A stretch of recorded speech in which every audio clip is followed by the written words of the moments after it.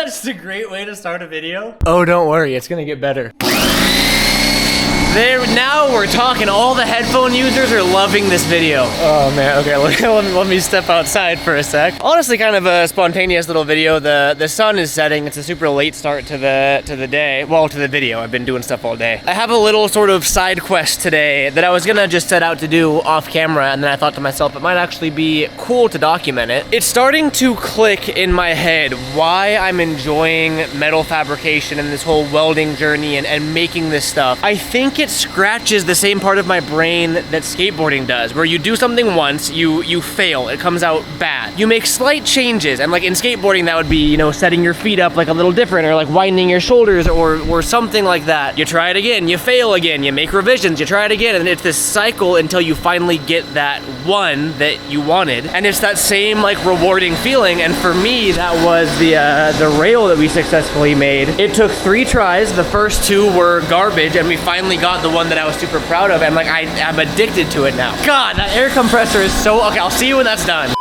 This is going to be our project for this evening, and there are a million different ways to go about this. One of them being I literally don't do anything because it's not a big deal at all. This is really just for fun, and we get to use the plasma cutter and just kind of put some metal fabrication skills to the test and get some practice in because I really enjoy it. The reason that I say we don't even need to do anything is because I made this rail using this cheap little Harbor Freight tube notcher. It worked fine, and I mean, looking at this rail, I'm looking like at this is what the tubing notcher does, is it rounds the inside of the leg so the rail can actually rest in it. Looking at where the legs are notched, you can't even like see the issue that I'm going to try to fix. That's how minor it is. However, not fixing it's no fun. So let's demonstrate it here. Very quick lesson on what tube notchers can do. The tube notcher itself is this sort of crazy contraption thing with the hole saw on it. You can mount them to drill presses like this, as long as you can adjust the RPM to make it low and slow. If I loosen these, I can rotate that and mount it in the vice grip, and then use a handheld drill gun, preferably an air-powered one. You kind of like,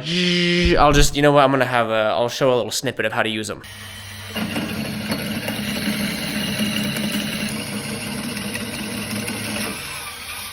You don't even need a tube notcher. We can use the chop saw. We can use a handheld plasma cutter. We can use an angle grinder. There's a million different ways to achieve the same result. This was like 40 bucks, I think, from Harbor Freight, and it made our rail, so it has already paid for itself. I'm happy. They're most commonly used for like roll cages, where you have a bunch of intersecting tubes that have to meet each other at certain angles. That's what a tube notcher is. I love how I've just turned into like a educational fabrication channel, but like it's not very educational because I don't even know what I'm talking about. I just share the information as I learn it. So we put our tubing in here. I'm using 2-inch tubing because that's what I make all my skate rails with, and we just clamp it down. Right, tighten that down. You can kind of see how that's all held, and then you can see if you lower that, it's gonna chop on into it, and that's really all there is to it. Let me grab my eye condoms. Where are my eye condoms? Pretty sure there's a reason that it was $40 from Harbor Freight, and that's what I'm gonna show you. I gotta get a new blade here too. It's pretty dull, but it'll work. We're gonna turn it on, we're gonna lube it up while we cut it, and then I'll show you what I mean.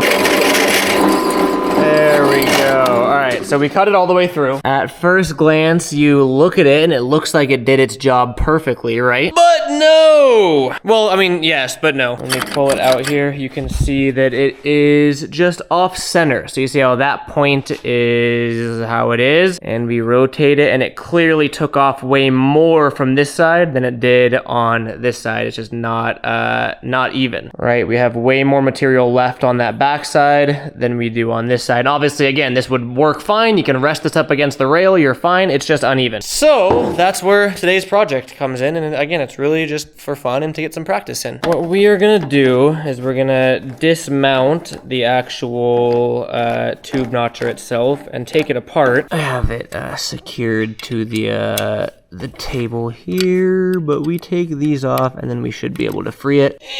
And there we have it. So this right here, this is our nice little Harbor Freight tube notcher. I don't think we're supposed to have any play like that. I think that's supposed to be nice and secure, but hey, it was 40 bucks. Using our brains here, which I do every now and then, believe it or not, you can see that the left side has way more material than the right side. It's really hard to kind of get the angle I want to show here, but in order to mitigate that, we'd have to have the tube more this way. I'm trying to like point while I'm holding a camera and the tube. This way, more towards towards the left. Right now the tube is resting like that, and we essentially need it to go over just a wee bit like that. How do we do that, you may ask? Well, I have a solution, hopefully. This black thing is what the tube clamps into, so if we want the tube to go over that way, we have to add a shim behind this black thing right here. We could use paper, we could use cardboard, we could use cut up soda cans, but no, we're gonna actually make one the right way using the CNC plasma cutter so I can get some practice in. First things first, we have to actually get that black thing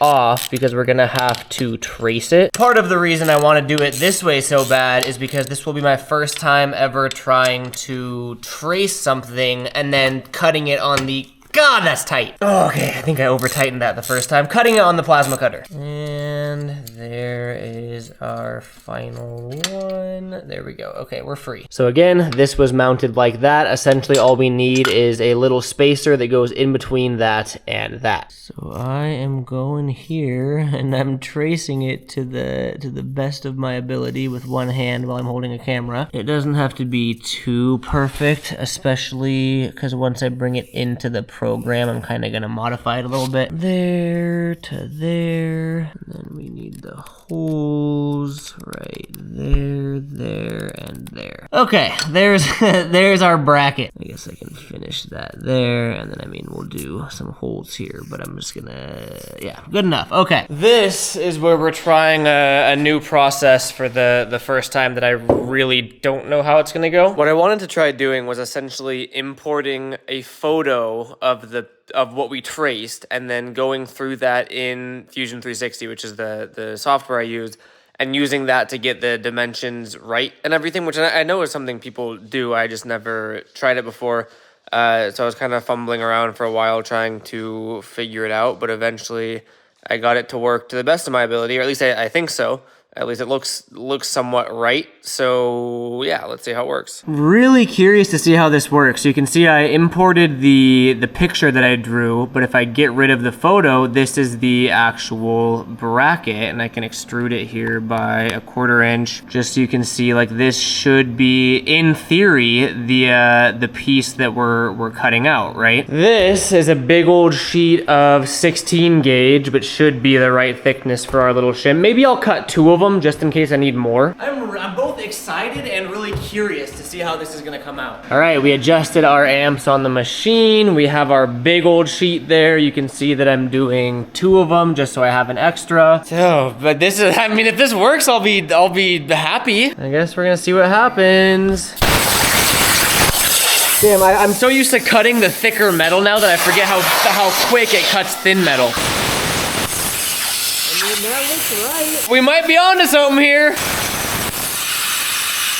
Okay, so I mean, God, that's loud, hold on. So I mean, the cuts themselves came out perfect. I think it's just a matter of if I designed them good enough, like scaling wise and all that, holding it up to our stencil, and I might have done it. Yo, did I actually do something cool? Would you look at that? If we I made the holes extra big just in case, because I did trace it, so I wanted to make sure the holes would fit. I made the holes much bigger than they need to be, but dude, it actually, like, it worked, and it's gonna work as I made something that works. That's so cool feeling. Now we just gotta put it all back together, and again, the peeing sound in the background is just me draining the table. I really gotta get like a pump set up so I can just pump it out. Anyway, one thing at a time. I went over it with the angle grinder just to get rid of any burrs because we're using it as a shim, so we want it to be as smooth as possible. Now we're just putting it back together. There we go. And we go through and tighten it up, and then we test it out and we see if this was all for nothing or if it actually solved our problem. All right, we are locked and loaded back in the drill press. We have movement and everything, and now let's test it out. You can see it shim back there. I didn't measure like how much I was supposed to shim. I just sort of eyeballed it. All right, here goes nothing.